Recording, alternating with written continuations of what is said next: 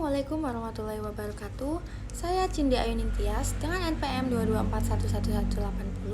Kali ini saya akan menjelaskan materi manajemen pemasaran tentang segmentasi pasar. Pertama-tama kita harus tahu apa sih segmentasi pasar itu.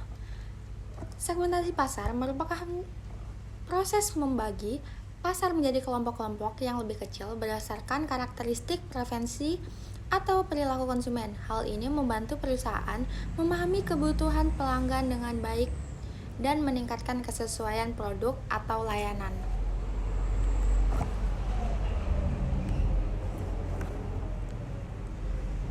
Tujuan segmentasi pasar. Yang pertama, target tepat. Memungkinkan perusahaan untuk mengidentifikasi kelompok pelanggan tertentu yang paling mungkin membeli produk atau layanannya. Yang kedua, strategi pemasaran. Mengarahkan upaya pemasaran dan promosi agar lebih efektif dengan fokus pada segmen pasar yang relevan. Yang ketiga, penyesuaian produk. Mengembangkan produk atau layanan yang lebih sesuai dengan kebutuhan dan preferensi segmen pasar tertentu.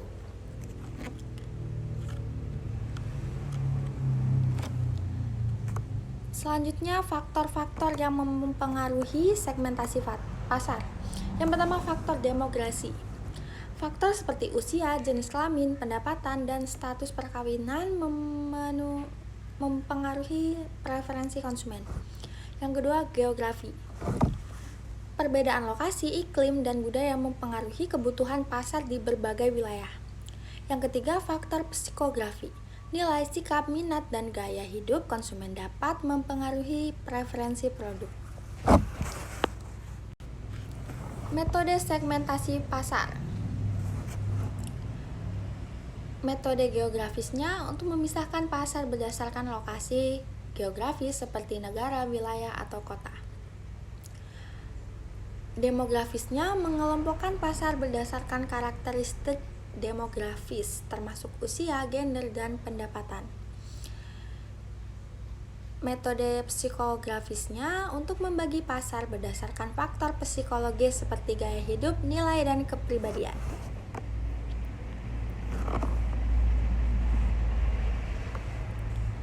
Segmentasi pasar demografis. Yang pertama, kriteria demografi, misalnya usia, jenis kelamin, tingkat pendidikan, pekerjaan, dan pendapatan. Yang kedua, target pasarnya mengidentifikasi segmen pasar yang paling cocok untuk produk atau layanan berdasarkan faktor demografi. Yang ketiga, penyesuaian pemasaran. Menyesuaikan strategi pemasaran untuk memenuhi kebutuhan segmen pasar demografis yang berbeda.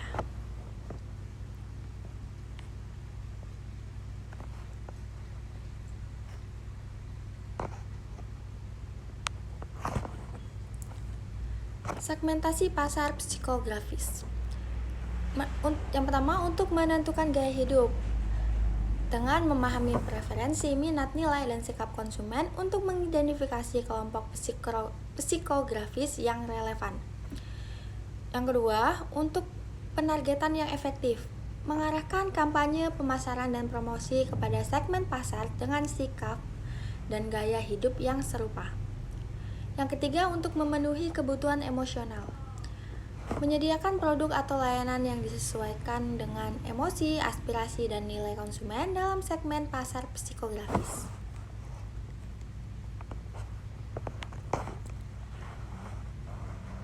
Segmen pasar geografis. Yang pertama, wilayah geografis. Menyesuaikan strategi pemasaran berdasarkan budaya, iklim, dan preferensi konsumen di berbagai wilayah geografis.